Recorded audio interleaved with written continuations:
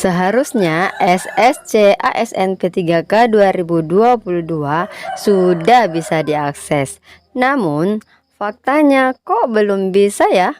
Nah, kalau mau tahu seperti apa infonya, yuk simak 6 fakta penyebab teman-teman belum bisa mengakses SSC ASN P3K 2022.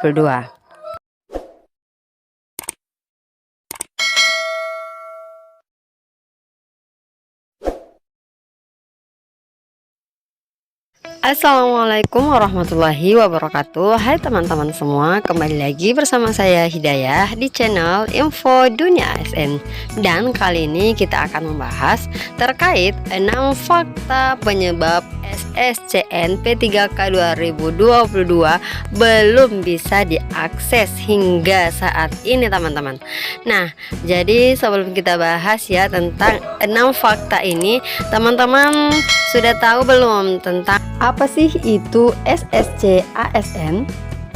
Jadi SSC ASN merupakan singkatan dari Sistem Seleksi Calon Aparatur Sipil Negara, adalah situs resmi yang dikelola oleh BKN sebagai pintu pendaftaran seleksi P3K 2022. Dan di sini kita mencoba ya masuk pada salah satu browser dan mengetikkan situs resmi BKN, yakni ssce.asn.bkn.go.id, dan hasilnya adalah seperti ini teman-teman.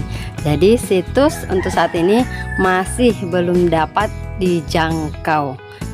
Padahal kita tahu kan ya bahwasanya kabar ini mulai beredar sejak keluarnya surat tertanggal 20 Oktober 2022 yang ditandatangani PLT Dirjen Guru Tenaga Kependidikan yakni Ibu Nunuk Suryani, yang mana surat tersebut berisi tentang penyampaian jadwal pelaksanaan seleksi guru P3K 2022.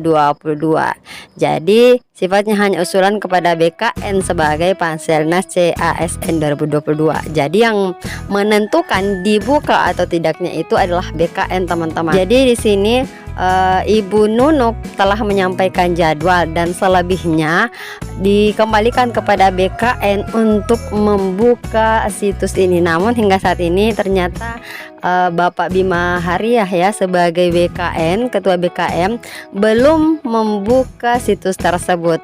Nah, dan BKN punya sejumlah alasan ya mengapa pendaftaran ini belum bisa dibuka. Yang pertama adalah bahwasanya BKN khawatir honorer lulus PGP 3K 2021 protes ya. Jadi PLT Kepala BKN Bima Hariah terang-terangan mengaku belum srek dengan usulan Kemendikbudristek yang menetapkan jadwal pendaftaran pelamar prioritas 1 berbarengan dengan PE2, P3 dan pelamar umum. Yang mana kita ketahui bahwasanya P1 adalah guru yang sudah lulus passing grade pada tahun 2021. Kemudian ada prioritas 2, yang mana prioritas 2 ini adalah guru honorer K2 yang belum ikut tes P3K 2021 maupun yang belum lulus.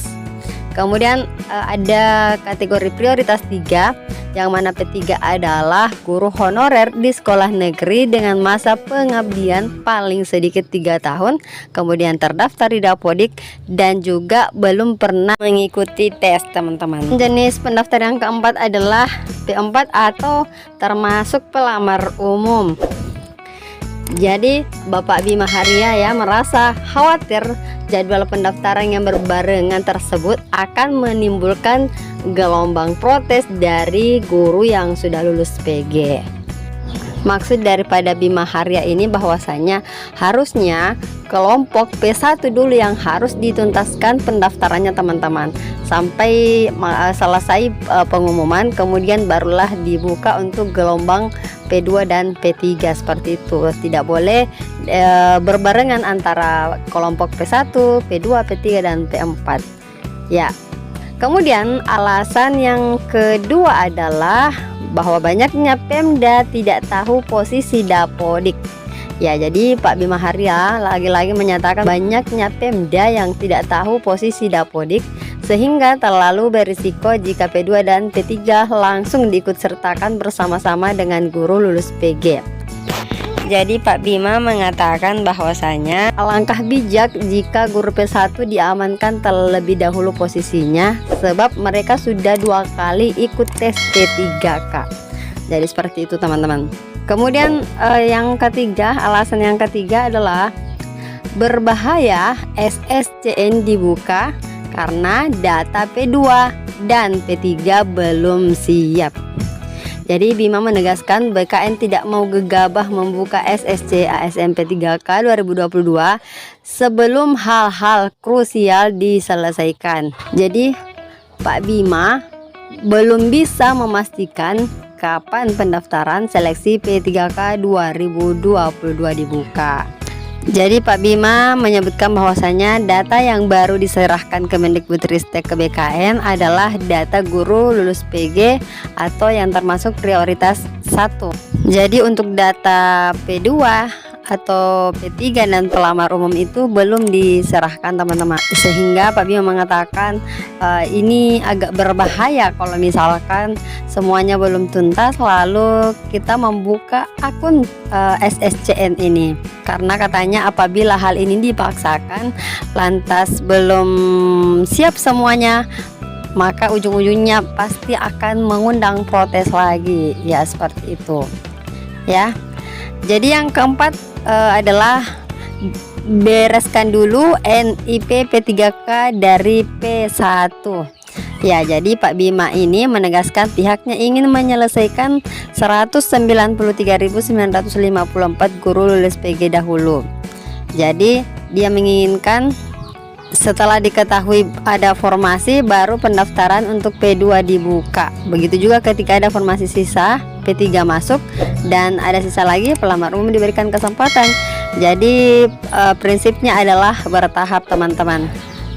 Yang kelima adalah adanya data nakes susulan. Contohnya ya, formasi tenaga kesehatan. Jadi Kemenpan RB nomor 968 tahun 2022 sudah terbit pada 20 Oktober. Namun Kemenkes baru mengusulkan lagi data yang bekerja di Kementerian Pertahanan. Jadi kalau data nakes ini baru dimasukkan tanggal 20 Oktober, berarti prosesnya masih bakal lama lagi teman-teman. Jadi ini adalah salah satu alasan kenapa SSCN saat ini belum dibuka. Kemudian yang keenam adalah sejumlah instansi mengundurkan diri. Jadi Soeharmin mengatakan bahwa sejak Selasa 25 Oktober API Service Kemendikbudristek sudah selesai di server oleh development. Setelah itu dicoba di server production yang akan digunakan untuk pendaftaran. Namun lagi-lagi muncul masalah baru teman-teman, yakni soal formasi. Katanya ada formasi yang kosong lantaran sejumlah instansi mengundurkan diri, membatalkan membuka formasi tertentu pada seleksi P3K 2022. Loh, kok bisa gini ya teman-teman? Ya, intinya seperti itulah teman-teman, bahwasanya ada 6 alasan mengapa BKN saat ini belum membuka akun SSCN 2022. Jadi kita berharap semuanya segera tuntas, aman, damai, dan tidak ada kendala apapun, sehingga dalam pelaksanaan seleksi P3K 2022 ini bisa berjalan dengan lancar dan tertib tentunya. Oke deh, sekian dulu untuk video kali ini, dan jangan lupa subscribe, like, and share video ini. Terima kasih dan sampai jumpa pada video-video kami berikutnya. Assalamualaikum warahmatullahi wabarakatuh.